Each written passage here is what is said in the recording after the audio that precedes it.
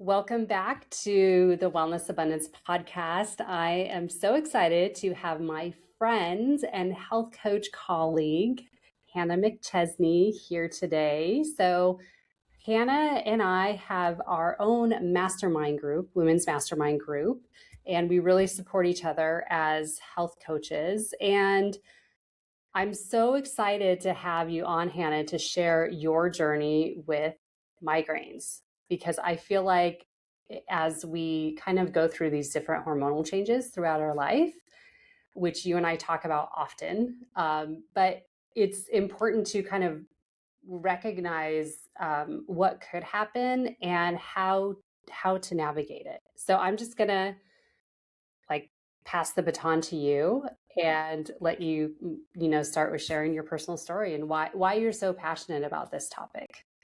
Great. Thanks, Melissa. Yes, we've been doing the mastermind health coach. I think it's actually helped both of us to set goals and then be accountable. So it's kind of a plug for health coaching overall. It's sort of a great way to sort of have an accountability buddy and make our business goals, but also in health goals as well. So yes. Yes. So migraines. So my personal history, the reason I'm so passionate about it, I guess it's almost like I don't completely have a choice because I have a family history of migraines. My father, my mom, and my sister and I all have them. I think I started getting mine at 15, something like that. So I have not just I have the genes, but there's also been a number of things throughout my life.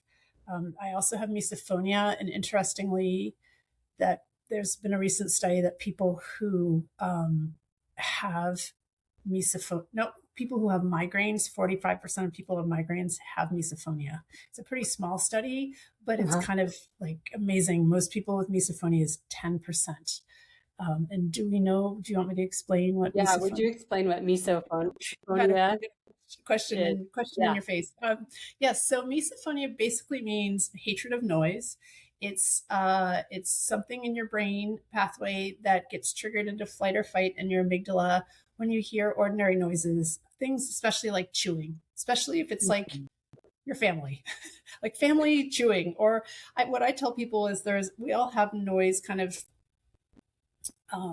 triggers from nails on a chalkboard, which nobody likes, to let's say waterfalls, which everybody likes. And the misophonia people they tend to have a longer sort of irritation thing. So I got misophonia when I was 8. I could tell you the exact day that it happened. And it was pretty interesting, but I really, really had problems with chewing, especially chewing, breathing, snoring, your basic noises. My senses, my brain just kind of over processes. It can't filter out those triggers, hits my amygdala, puts me in flight or fight. And the reason I'm going into this a little bit is that they're very similar pathways with misophonia and migraines, which I can kind of talk about later. So I got those at 8. I want to say my migraines were probably around 15 or so. I don't quite remember.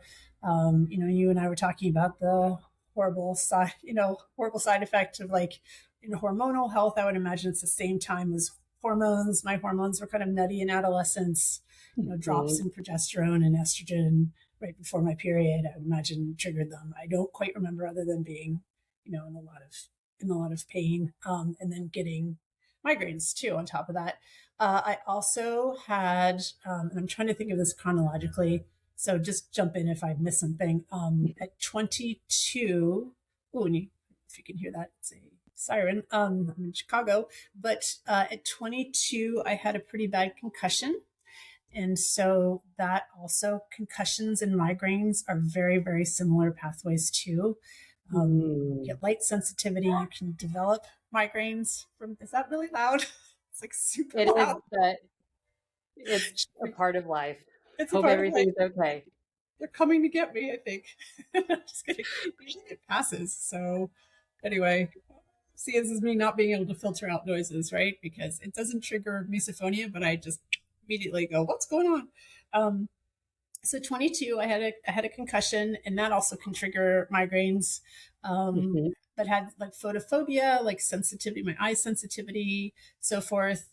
Let's see. And then in my 30s, I had a really terrible standard American diet. I was overweight. I had all sorts of gut health issues. I had IBS, and there's an IBS migraine connection too, just like there's a not gut, Oh, gut brain yeah. connection. They're actually, I just read that they just recategorized IBS, not as a gut problem, but actually as a brain like dysfunction of the signaling. Wow. Super cool. So super cool. I can go way off Interesting. on a tangent. So yeah, so that was kind of nutty in my 30s. So had that problem.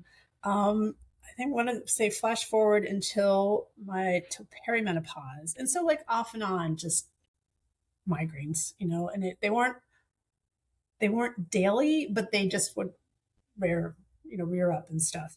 And in perimenopause, in menopause, in premenopause, younger, I would have them sometimes right as my period would hit, especially in adolescence, but, just throughout my life, but not always. But in perimenopause, because, progesterone sort of circling the drain and estrogen's going like this, right? Mhm.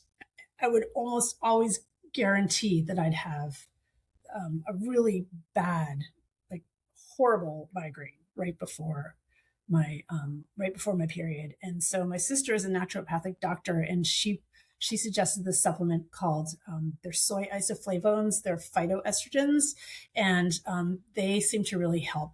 If I could time it right, a few days before and then a few days into my period, they help support the estrogen. And in fact, I Mm. think even studies in like Asian women, especially in Japan, they just don't get like a lot of the symptoms that we get when we have our period, like migraines, aging, because of the soy, a lot of the soy they eat, which Mhm. is interesting. Anyway, but so that was the time in perimenopause.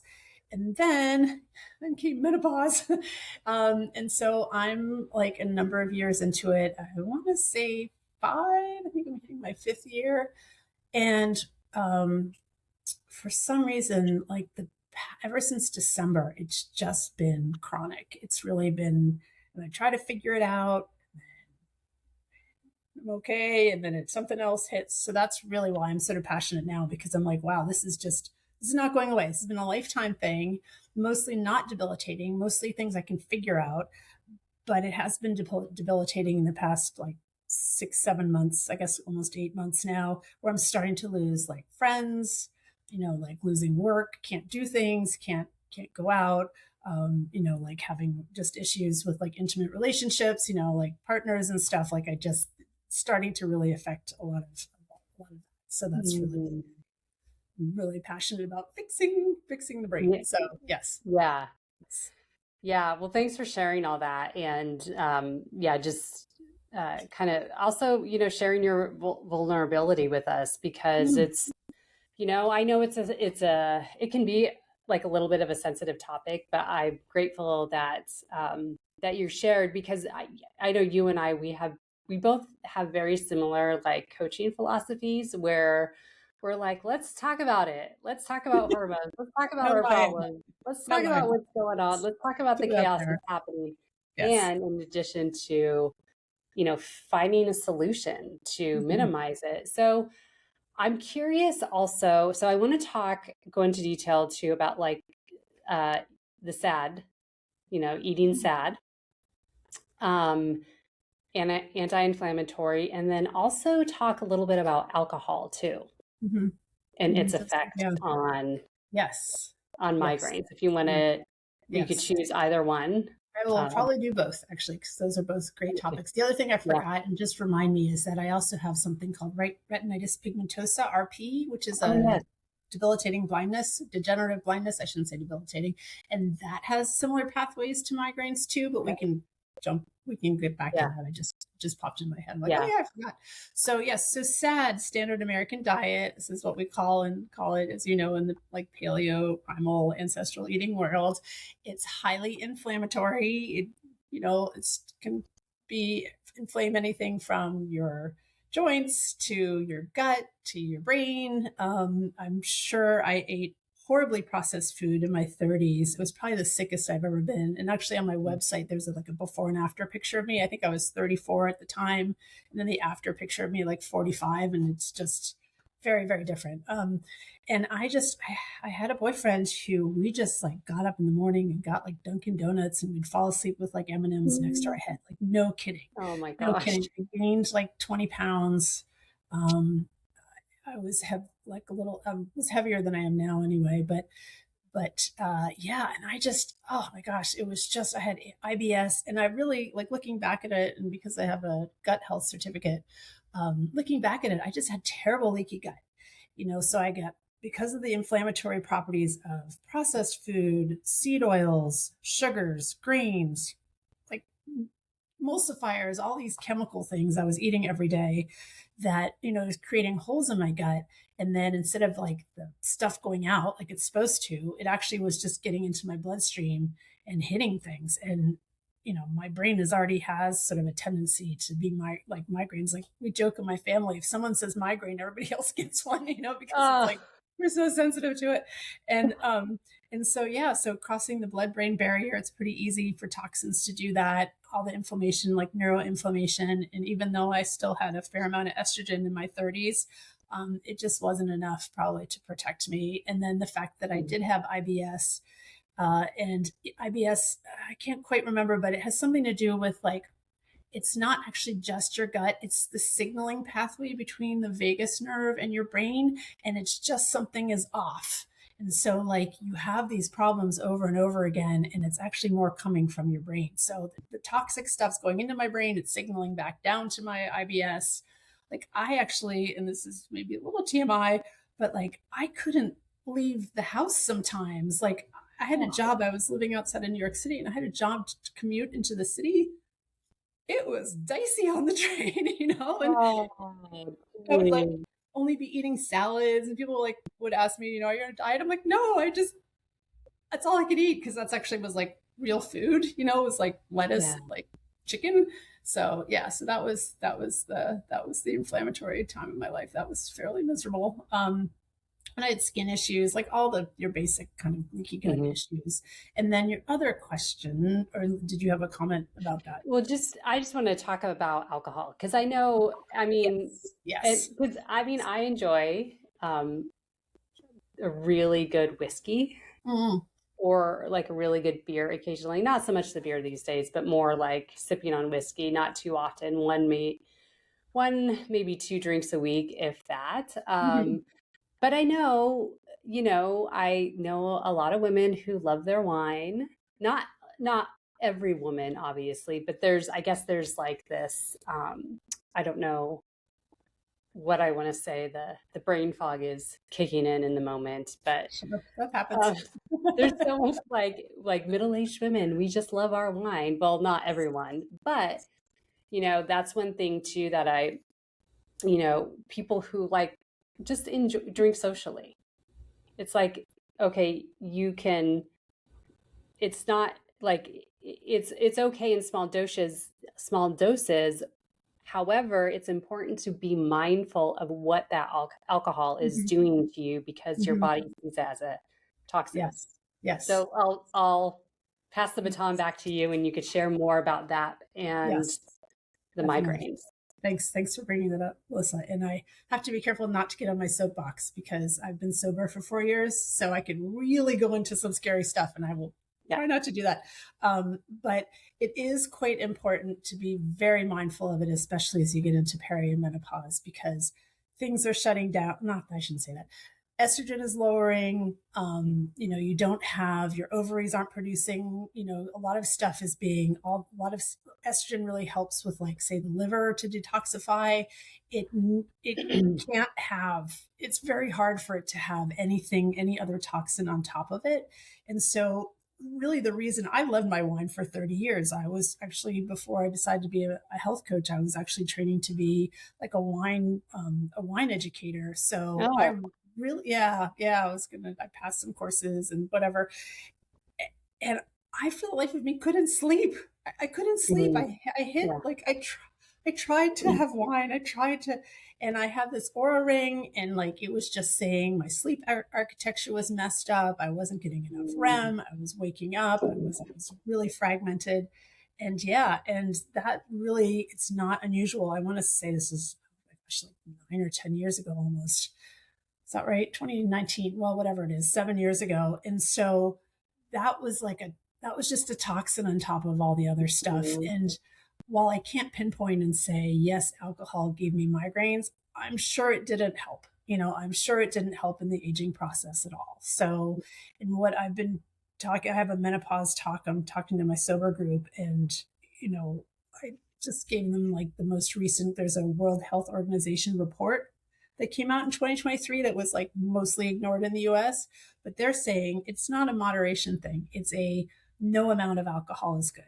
And I Mm. want to add the caveat, I'm slightly getting my soapbox, is that as we're aging, it is especially really hard on us, like really, really hard on Yeah. us. And as I said, I can't say like, oh, I had this alcohol and then I had this migraine. It's more like I probably would be in a much worse position if I Mm. still drank.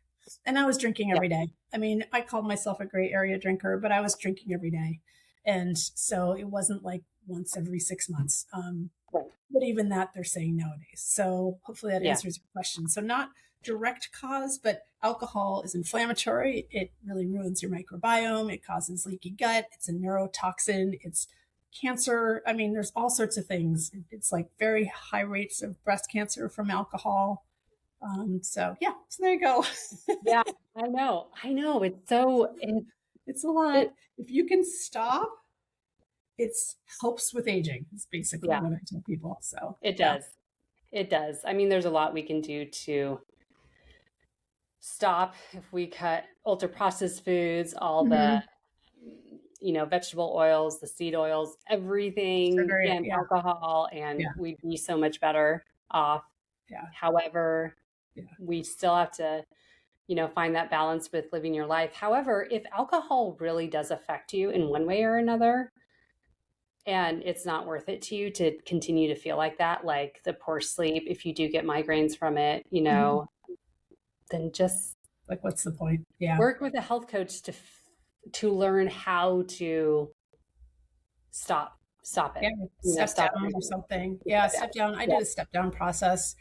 I started stepping down in COVID in 2020 when I was just horrified by the fact that I would be home. I lost my business at the time was mostly pet sitting, and I lost my business. I did not want to be Mm. at home with wine all day. Yeah. So I started stepping Yeah. down on that, and then continued to try to drink it here and there, and then just coming up 4 years, my brother-in-law's 50th anniversary. I already had problems sleeping, but 50th birthday party, I had a sip of wine just for celebration, and my tongue swelled up. And my Oh my sister said, goodness. yeah, it just swelled up. I'm like, what's going on here? She's like, you know what? I think you're done. And I was like, I think I am. So I just Oh my stopped. gosh. I stopped. Yeah. So obviously my body was like, look, we have dealt with this our whole lives, for better, for worse, like we're now telling you to stop. So, Yeah. but it was a step down process for me Yeah. too. Yeah. And thank you for sharing that with us, because one thing I tell my clients, where like once they get like, start slowly eliminating like the ultra processed foods, even just like kind of like what you did with alcohol, like a step down process, to Mm-hmm. slowly start minimizing the intake. And I do want to get into this, like, your arsenal of tools that help you. So we'll talk about that soon. But when you do that and then you eat something again that you haven't eaten in a long time, your body doesn't respond Mm. the same way. Or actually just had a client tell me this morning, a new client, and he had been, this last week and a half since we've been working together, just really just focused on whole foods, like no processed foods whatsoever. He had chips and he's like, I did not feel good physically. And it was a really big eye opener for him. Like, wow. And I was thinking, and I tell my clients this too, like, you were probably feeling like this for years when you ate that. You just didn't recognize it because you don't know how good you could feel eliminating things like alcohol and ultra processed foods until you actually do it. and you're like, wow, this is new to me. I feel so great. It's like, well, or I felt so crappy after eating this. It's like, well, you always felt like that. You just weren't aware of it. So I call it sort of, it's interesting you point that out. I think we've all been through it as we eliminate things and they're like, oh, I'll just have some of this and then just kind of lay low for like a few days. Being like, oh God, how did I manage that?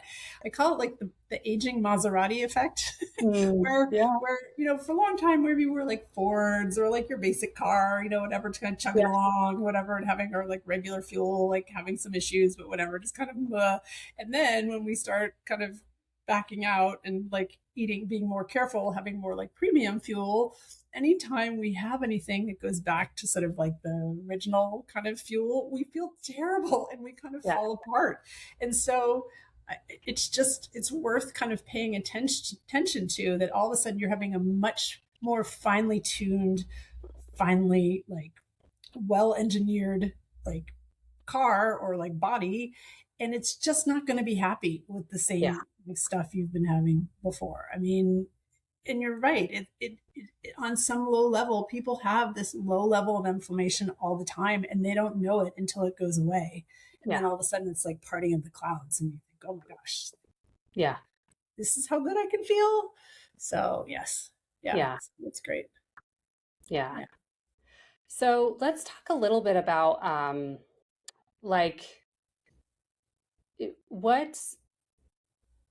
what kind of will trigger a migraine for you? Yes.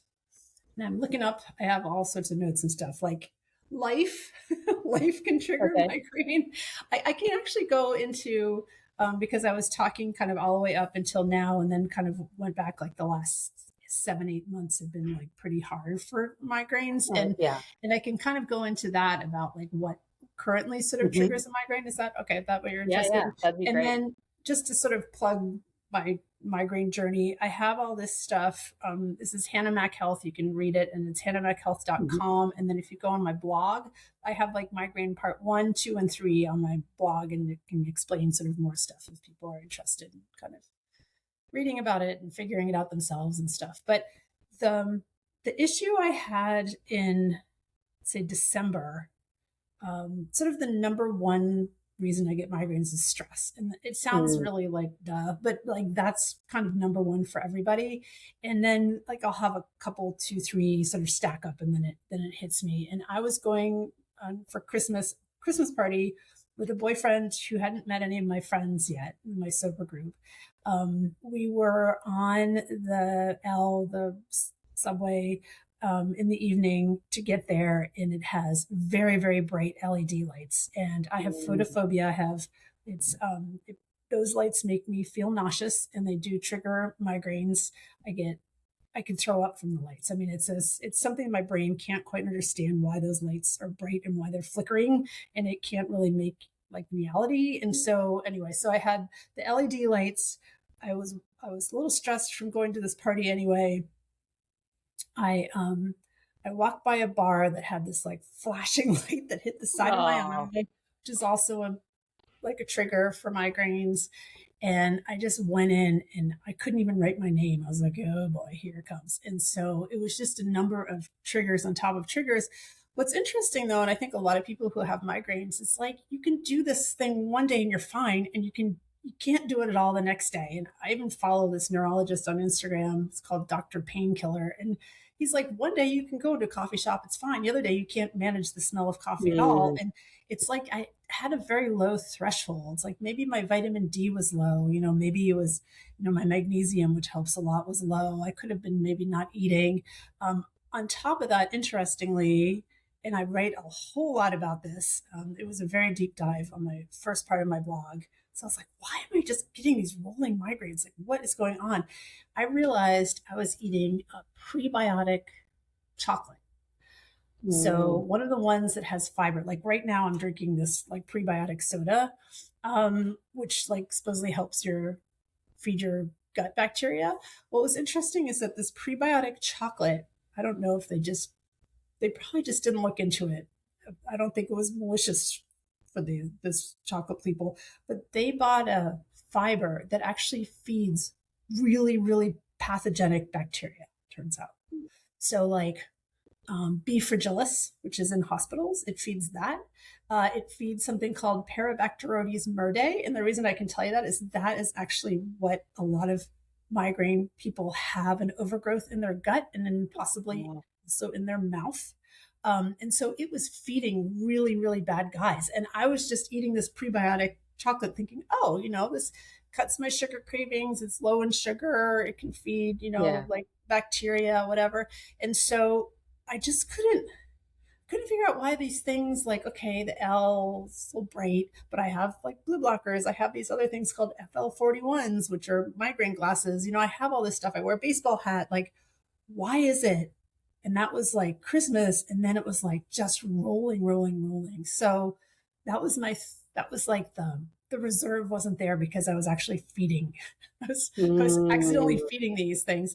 I stopped. And then I have this whole thing in my blog about die-off, because you have to worry about die-off, because when the bad guys die, they release this endotoxin called LPS, and it can do all sorts of things anyway. So yeah. Jeez. So that's some of the triggers. I can go on more. I don't know how much we want to get into triggers, but do you want me to talk more about them? Like current triggers and what I recently found out.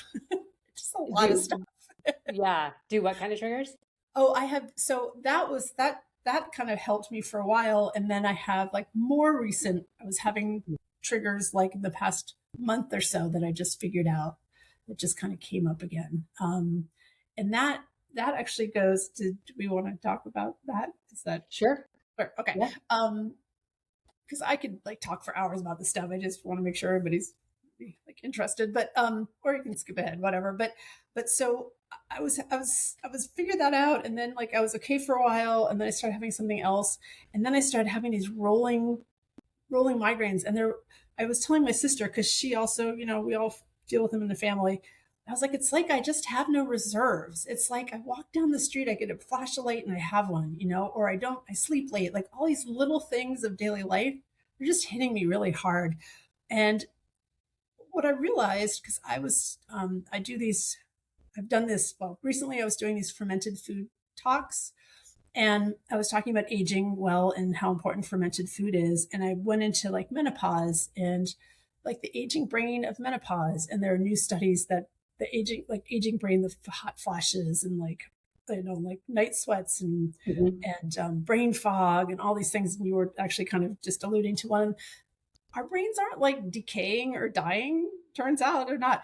They are kind of rewiring at this time, and they're looking for an energy source, because glucose, which it's been feeding glucose for a long time, it's just simply not working anymore for us. And one of the reasons is lack of estrogen. And let's see if I can get this, like, it's a very sort of complicated thing, but so we have the most number of estrogen receptors are in our brain. And so, for years, we've just been having our glucose and our brain's been, metabolizing it with the estrogen help and like energy sources and all this, it's helping fuel our brain.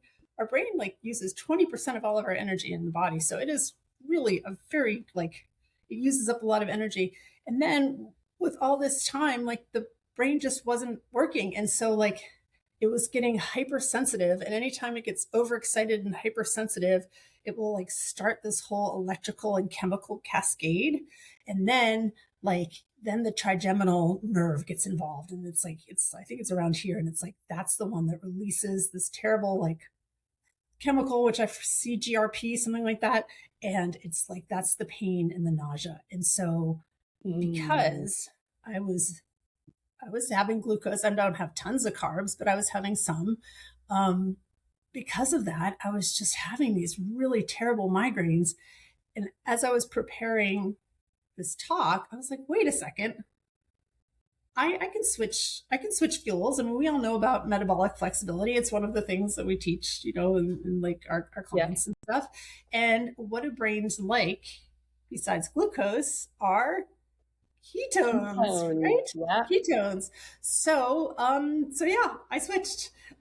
Now I eat between 20 and 50 grams of carbs a day. I try to keep in therapeutic ketosis, which is 20 grams. Life. Sometimes I eat more sugar than whatever, or carbs than but between 20 and 50. And that has really helped my migraines. Like this is the most recent, like, whoa. So the fuel source, it's not dirty, like a dirty burning oxidative fuel source anymore. It is very clean burning.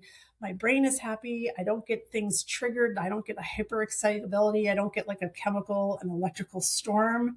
And pretty much since I went into ketosis, like 3 weeks or so, I've had one. I had one yesterday because I was out with my boyfriend the night before. I had some corn, I had some gelato, I had some chocolate, popped me out of ketosis, and then a really big storm came in, like a couple, actually 3 really big storms, and the barometric pressure triggers too. So yeah, so that's sort of the most recent thing. On top of that is I've been taking out a lot of supplements that are, and I can never pronounce this word, nootropic. So that cross blood-brain that really help with supposedly help with like neurotransmitters. I've just been taking them out because like they might be helping, but they might also be triggering a migraine. Like you don't know. Okay. Yeah. So they're doing something to my brain, and like I don't need all the help I can get. So I've been taking out supplements. That's helped quite a lot. But then just going in, I'm just in ketosis. I mean, this is me. This is me. And then this is going to be, with clients who are like middle-aged, peri and menopausal women who have tried everything and have under a doctor, have their medication, but really want to have just less. Hopefully, this is kind of the main therapeutic suggestion we're gonna work on together. Yeah, that's great. Well, that's a great segue into like kind of talking more about like solutions, like what you can do. And I loved how you talked about, a keto eating style, because keto gets so much flack, especially from dietitians. And it was actually developed over 100 years ago to help with epilepsy. So to help with seizures. So it's actually, a medically recommended, eating style for seizures. And I know, so a friend of ours where my husband works, he has epilepsy. And so he eats like us, pretty much only whole foods, mostly whole foods. But when he started having seizures, he had to really scale back his carb intake. And otherwise, he's like, I don't want to take medication or I'm going to die. Those are my options. Now, that's pretty extreme, So, but then I also have another friend of mine who her husband was having seizures and they couldn't figure out why. And one trip to the ER doctor actually prescribed a keto diet to help with seizures. And I was so excited when she told me that, because I was like, finally, it's really working its way into like conventional medicine for, very specific, like a therapeutic solution, a therapeutic diet. And I will throw caution to just some caution out there. If you want to experiment with keto, don't just dive right into it and start eliminating carbs. There's a strategic way to do it. And I highly, highly, highly recommend working with someone like Hannah or myself to help you kind of slowly, like, I'm going to use your term, Hannah, step down from the high carb, because your body will kind of in a way go into shock if you all of a sudden eliminate like basically all the carbs, everything all at once. You just do it cold turkey. Your body will be like, what in the world is happening? This is not right. And you'll feel like crap. The keto flu, right? You'll have the keto flu and it's not going to be fun. So, but that all totally makes sense to me, especially since, estrogen, like you mentioned, there's so many estrogen receptors in the brain. Well, your body's not producing as much estrogen in perimenopause or menopause specifically, or the type of estrogen that it produces during like the premenopause, so your reproductive years. And also estrogen, helps kind of move the glucose through your bloodstream more efficiently. So, Yeah, so I'm a big proponent of keto or even just lower carb for women in perimenopause and menopause because of the unpredictable estrogen levels and or the lack of estrogen. Yes, I 100% agree. I think that's great. And I think to add on top of that is not only with keto or like fat burning or lower carb, but also think about inflammatory foods because there's Mhm. this whole, your body just gets so inflamed as you're going through perimenopause and menopause. Whatever we can do to not make it more inflamed is really, really helpful. And once again, Yeah, health coaches know all this stuff. yeah. Like I've been doing this. I don't know how long you've been doing this. I think I've been doing this about like 17, 18 years, something like that. It wasn't because of migraines, by the way. It was actually because it really helped. And I've talked about this on other podcasts, but I have a degenerative blindness. Um, and while I had this horrible prognosis at 50 that I was going to be fully blind, I'm now 57 and like I'm not even legally blind at this point. And I know that like the anti-inflammatory diet that I have and lifestyle of like low stress, sleep, sunlight, things like that, and exercise, that fermented foods, that has been really, really helpful in like slowing it down. Like there's no Mhm. cure, but slowing it down. And so if women have, whether you have a migraine or not, or blindness or not, or whatever, but going into peri and then menopause, it's just so much easier if you can really eliminate the inflammation and then try that and then the low carbs and both we're saying both Melissa and I can help you with all this stuff.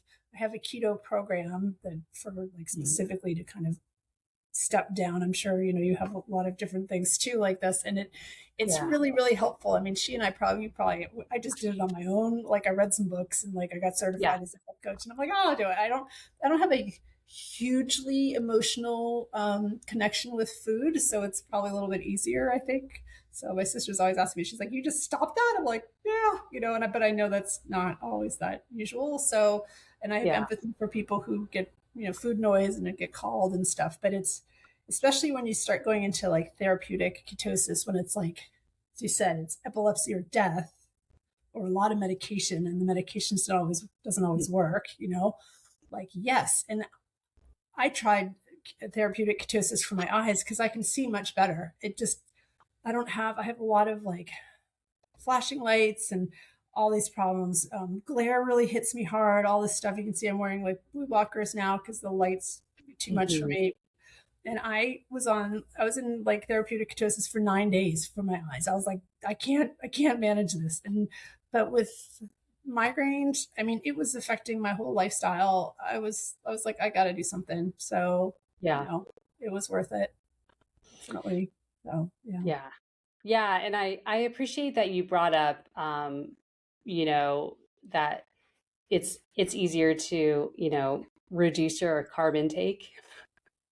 It's easier for you to do it than most people. For me, Mm, it was hard. I mean, I was mm, introduced to Mark Sisson. He's the mhm. primal guy, if you guys don't know. But if you've been listening to me and you know me and you've worked with me, you know who I'm talking about. But Yes. that's who Hannah and I both got our health coaching certifications from. That's how we Mhm, met and became friends.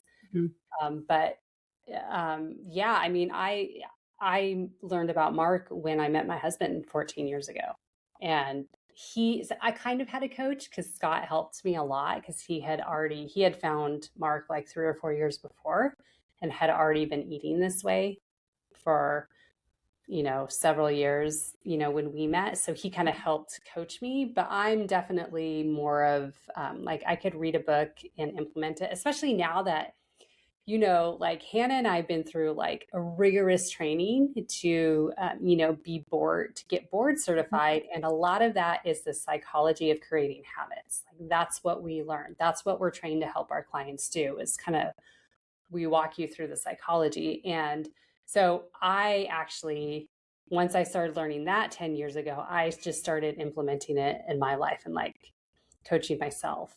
But definitely, I know Hannah, you and I we've done that.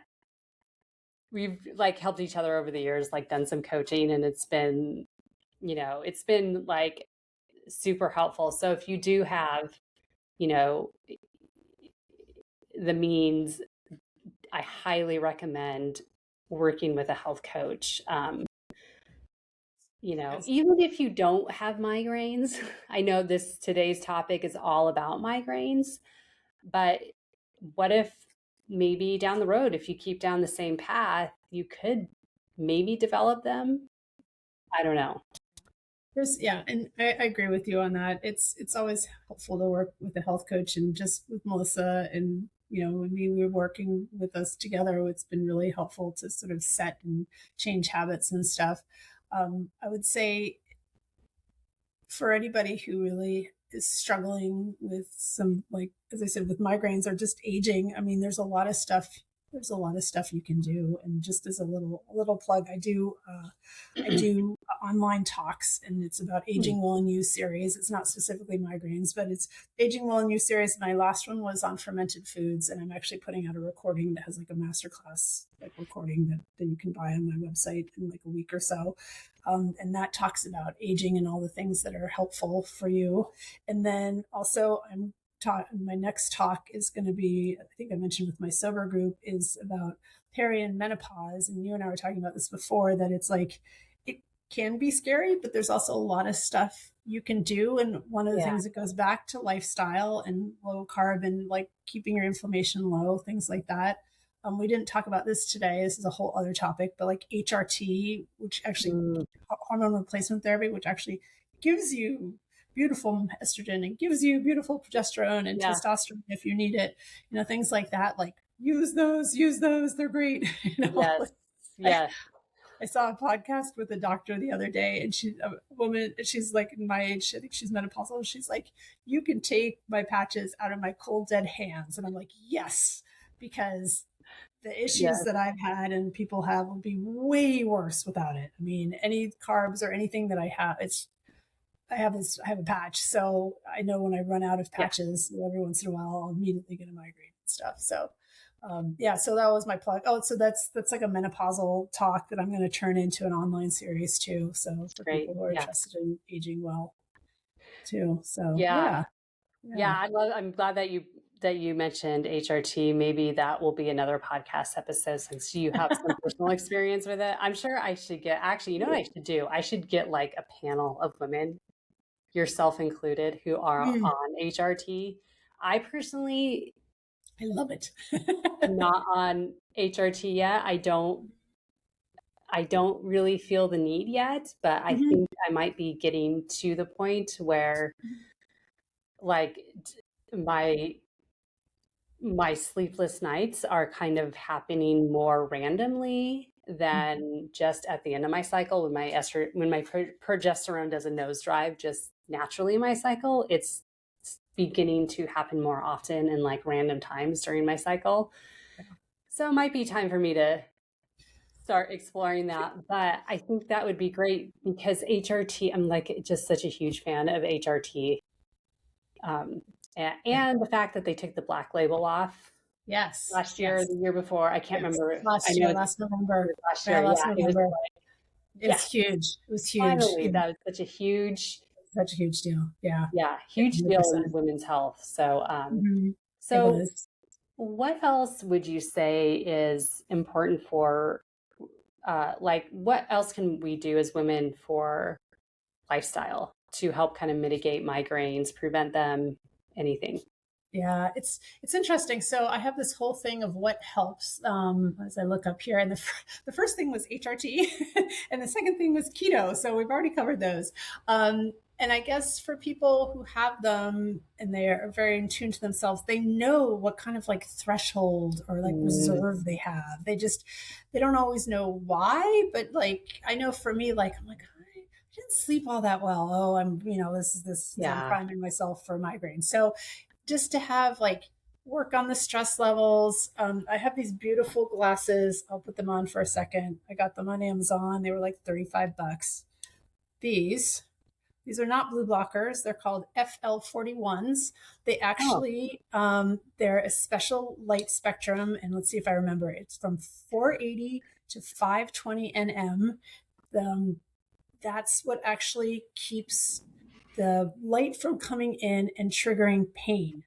So Oh. in that light spectrum thing, and therefore concussions, which people have like very sensitive issues with Mm. light and stuff, and they're with migraines. So those have been a game changer. I put those on and I'm like, oh, and anytime I feel like I'm getting a migraine, those are really good. So that's kind of for help. Let's see if I have, yeah, supplement breaks. So sleep, I already talked about. Keeping your gut health really strong, because there's a very strong, you hear about the gut brain axis all the time. There's a very strong bidirectional communication.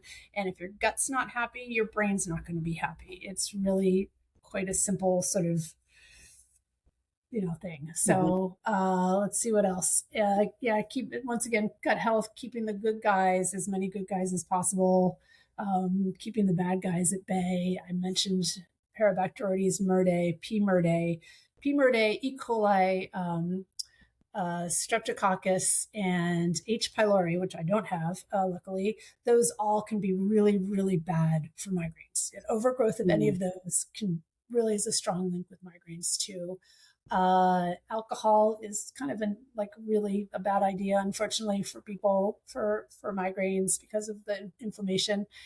And then potassium, because I need my blood vessels to dilate in my brain, and some people, it's different. You can constrict and dilate, so it really depends on the person. Then you probably need to talk to their doctor or just really know what their diagnosis is. Potassium every day, along with sodium, I supplement with potassium. It dilates my blood vessels, and it's very, very helpful for me not to get migraines. Oh, okay. Yeah. That's good to know. Yeah. I don't do any prescriptions. I've always been worried about rebound migraines. Your brain kind of gets too dependent on it. I look for more root cause.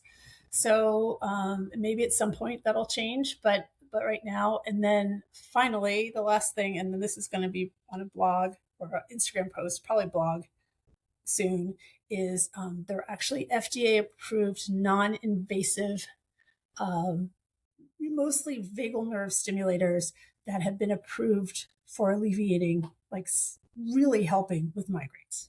Okay. Yeah, and there are 4 right on the market right now. I don't remember their names. It's probably in my notes somewhere, but the 4 in the market, there's whatever it is. And they're working on approving for a couple of them misophonia too, which is very interesting, because I said they have very similar pathways, but that when those get figured out, and when they're not like $1,000 a month, because they're still pretty pricey. Okay. I'll probably get this. So, and it's just something that goes against your arm or goes against your neck. I think there's one that goes here, and it's like 50% reduction within the first few hours of acute migraines and the prevention too. So that's kind of the new help. So yeah. So okay. There you go. I always get a mouth when you ask me. I'm like, what?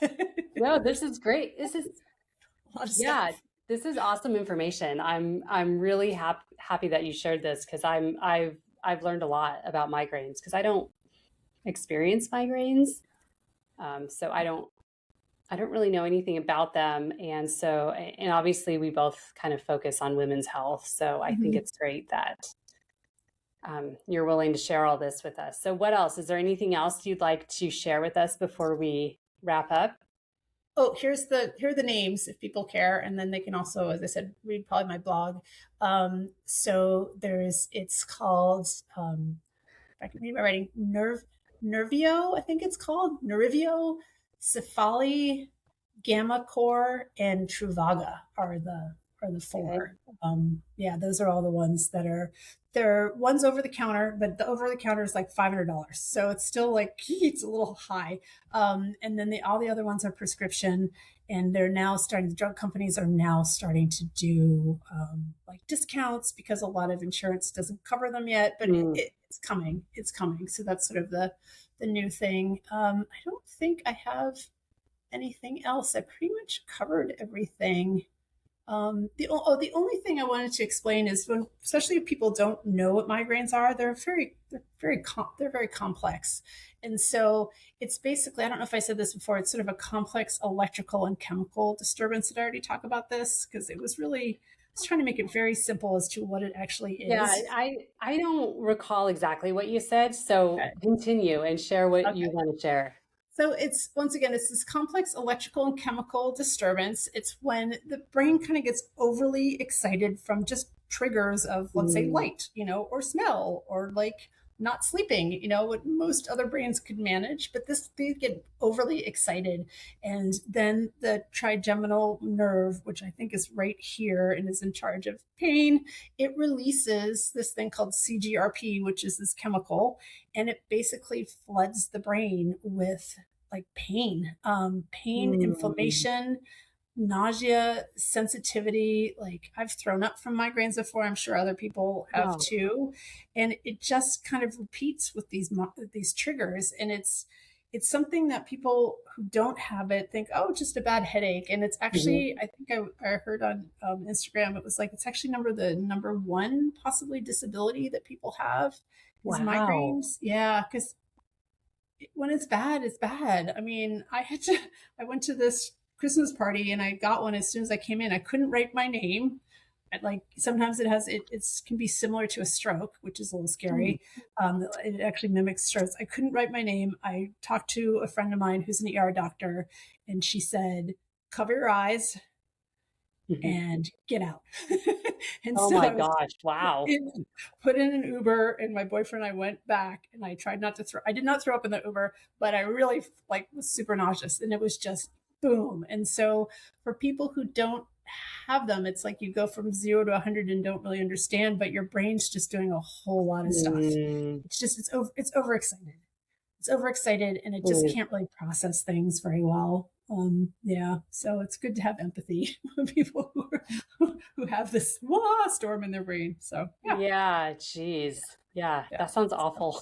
yeah. But there's hope. I mean, there's hope. Yeah, So yeah. there's all this stuff you can do, and I would suggest anybody who like has had these things for years and maybe their medication isn't working, or if it works, okay, and then they have Hmm. a stressful day at work or something, is just continue to advocate for yourself and realize there's a lot of stuff that can be helpful, Yeah. and then obviously reach out to me too if you need more Hmm. help, because yeah. Yeah, definitely be an advocate for yourself and don't give Mm-hmm. up. Just keep moving forward towards the best solution for yourself. And yes, I will put a link to your website and specifically the blog Blog, yeah, with those posts. just So, backslash blog. So okay, yeah, yeah. So I'll send people it to you. can Yeah. reference that Yes. and Yes. you can reach out to Hannah and she can help you. She'll work with Yeah. you. Yeah. Um, Um, there's also, so I'll send you the Instagram. I have an Instagram. It's just Hannah Mc Health on Instagram too. So yeah, that also you can reach out to me that way too. So yeah, yeah. awesome. So Thanks, Melissa. I'm glad I educated you. Hopefully, educated yeah, other people. Or I there are people with migraines like nodding, like, "Oh God, yes." yes, So, I'm sure. I'm sure eventually, folks, people who need this will find this episode mhm. and this conversation, and it's really just super important. And I got to say, this is really one thing that really helps helps me with the drive to keep moving forward with my business is to just keep educating people on helping them to find solutions. And I'm assuming you share the same drive. So yeah, I 100%. obviously I Let me do those hard things. Wait, oh like do the hard thing. oh god, Wait, I don't know. Apparently we're not. it's like Is son that of a heart. Anyway, whatever. okay? Yes. Anyways, okay. One. Yeah, Anyway. Hannah and I can help you change your lifestyle habits, but we cannot make a heart with our fingers. Okay, let's just be perfectly clear. Wait. That's not a Nope. skill set that we have yet, so we will work on it. Being Um, goofy. Sorry, it's but my other yeah, part-time so job. it Yes. just know that, obviously if you want specific migraine help, work with Hannah. I Mm, highly recommend working with Hannah.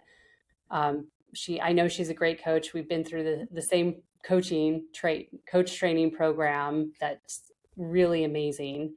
yes. So she has the skills and the passion to help you. So Yes. yeah. And this is not just like a lot of issues. This is not an easy one. Yeah. And I would say, while technically, like, I can't diagnose migraines or whatever, I Hmm. certainly can give you education and put you through programs for lifestyle changes. Yeah. I would 100% stay with your doctor, because there are a lot of really great migraine medications out there. But Yeah.